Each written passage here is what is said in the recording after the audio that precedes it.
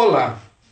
Essa semana ficou bastante claro que, além de uma coalizão política formada por um congresso de larápios, salvo exceções, e de um executivo que não tem nenhum compromisso com o povo e com a nação, e também é povoado por elementos de baixíssima reputação, nós temos também um judiciário comprometido com a Casa Grande, uma espécie de feitor da Casa Grande contra os pobres e contra também os interesses da nação.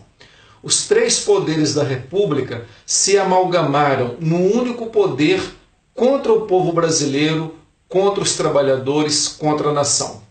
Esse único poder contra o povo e a nação está a serviço do capitalismo internacional, de um capitalismo que é cada vez mais concentrador de riqueza e renda nas mãos de pouquíssimas pessoas. Um modelo de capitalismo que quer expropriar todas as riquezas dos países em desenvolvimento, que quer sugar ao máximo a força de trabalho da grande massa dos trabalhadores, que quer manter a opressão principalmente nos países subdesenvolvidos em fase de desenvolvimento. É um capitalismo que se expande nessa fase do neoliberalismo, voltado para massacrar todas as conquistas sociais e civilizatórias que a humanidade conseguiu após a Segunda Guerra Mundial e que muito tardiamente o Brasil começou a conseguir a partir da Constituição Federal de 1988 e principalmente durante os governos do Partido dos Trabalhadores, apesar de todos os equívocos e eventuais enganos. Nós precisamos de ter muita clareza de que esse grupo é um grupo poderosíssimo, que não somente se estrutura dentro dessa coalizão formada pelos três poderes no Brasil, mas que também tem interesses internacionais por trás dessa verdadeira gangue de malfeitores. Como reverter essa situação? Nós só podemos reverter essa situação fortalecendo os movimentos sociais e a cidadania. E esse não é um processo fácil. No Brasil, a maioria das pessoas, a maioria dos trabalhadores não tem noção, não tem ideia do que é cidadania. Sequer sabem que são sujeitos de direitos. Muitos desses direitos são tutelados até hoje. Ora, uma grande massa que sequer tem consciência dos seus direitos, como terá consciência que está perdendo direitos? É isso que nós temos que pensar. Não adianta ficar xingando o povo, dizendo que o povo não reage, porque a maioria das pessoas não tem consciência de cidadania, não tem consciência de que são titulares de direitos e, portanto, também não tem consciência de que estão perdendo direitos. É isso que nós temos que entender.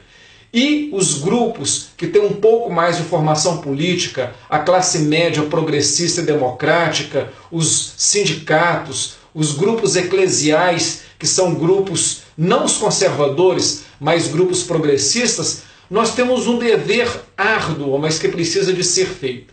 Formar a população para, tendo consciência de que são sujeitos de direitos, consigam perceber que essa empreitada golpista só traz malefícios para o trabalhador e, a partir daí, construir, junto com o povo, uma resistência democrática forte e pujante.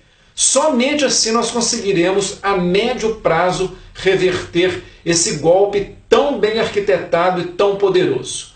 Nós podemos e devemos aproveitar do processo eleitoral desse ano para trabalhar no sentido de fortalecer a discussão sobre cidadania, a discussão sobre uma sociedade que deve se apropriar dos seus direitos para poder reivindicá-los.